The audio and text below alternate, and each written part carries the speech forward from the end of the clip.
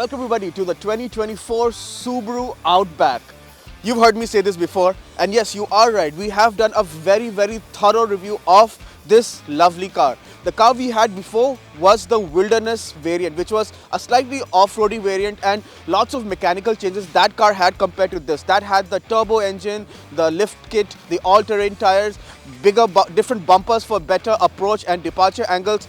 This is a much more urban version of the Outback. So this has a naturally aspirated petrol engine, same all-wheel drive, which is supremely competent, but this has much more focus on urban driving, much more focus on daily usability. Let's see how this popular family car is.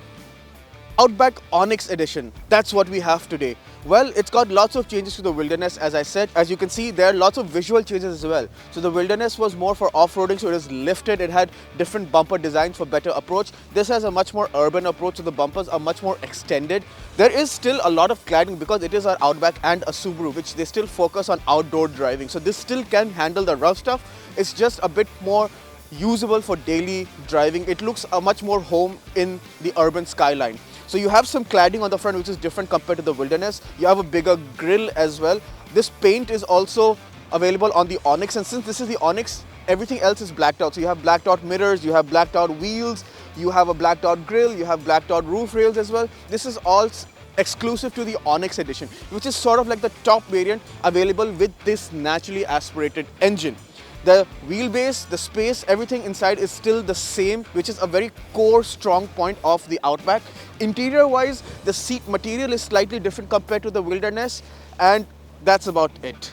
You have the same practicality with the boot space. Everything else is just super. If you want a very thorough review of the Outback, then please click the link to the top of your video. That will tell you all about the Outback. This video, we're just focusing on the core changes.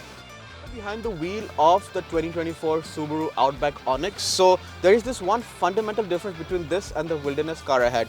That had the turbo engine, this has a naturally aspirated. So a 2.5 litre naturally aspirated petrol engine produces about 182 horsepower, has the same X-drive all-wheel drive, the super competent all-wheel drive system that all Subarus have.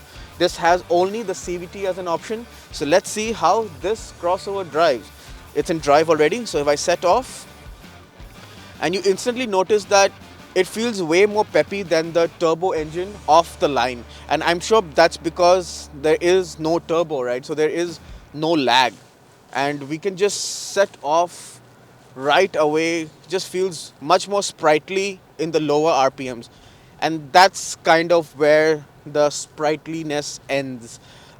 When you floor it, whenever you, on any speeds, on any RPM, it's not slow, but if you've driven the turbo engine, this definitely feels much slower compared to that.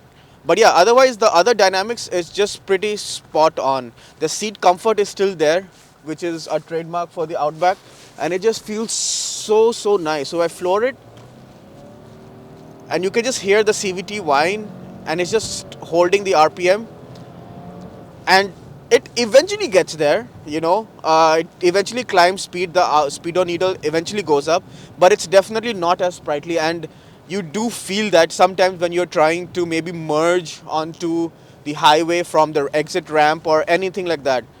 Again, if you're not a speed freak and if you don't have that thrill for speed, this engine is more than sufficient for you. It all just comes down to priorities, if this kind of drivetrain works for you or not. You do have paddles as well, which is sort of redundant because it is a CVT, so it's just fake emulating the gears. There are no actual gears. But yeah, otherwise it feels nice. The fuel economy is also decent, I would say. On the city, I've been getting 10.5 to 11 liters per 100. And on the highways, I've been getting 8.5 to 9 liters per 100, which is again decent. It's not segment best, but it's not the worst either as well. I mean, the engine displacement is pretty big, right? 2.5 liters is pretty big. And these boxer engines are never known to be the most efficient one around. So you can't blame the engine for that. Overall, it feels very good. The interior feels very premium. You've got all the kit. So you've got the eyesight, adaptive cruise, you've got the leather seats, everything, the big screen, everything just feels just perfect. And for the price point, there's really hardly you can go wrong. Even the brake pedal feel, like now I'm braking a little hard into the corners, doesn't feel bad at all. Honestly, if you're really someone who doesn't need a spirited drive, this is sufficient for you.